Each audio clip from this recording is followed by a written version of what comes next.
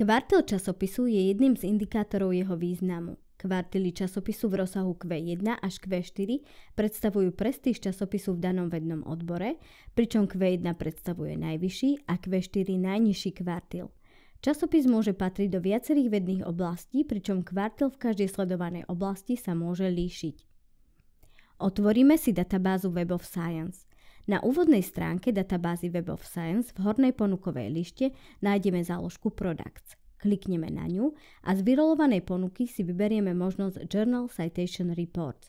Do vyhľadávacieho okna napíšeme názov hľadaného časopisu alebo jeho ISSN.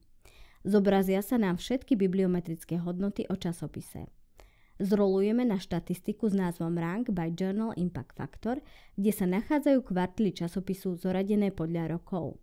Ak časopis patrí do viacerých vedných oblastí, kvartily časopisu budú zoradené podľa príslušnosti do danej vednej kategórie.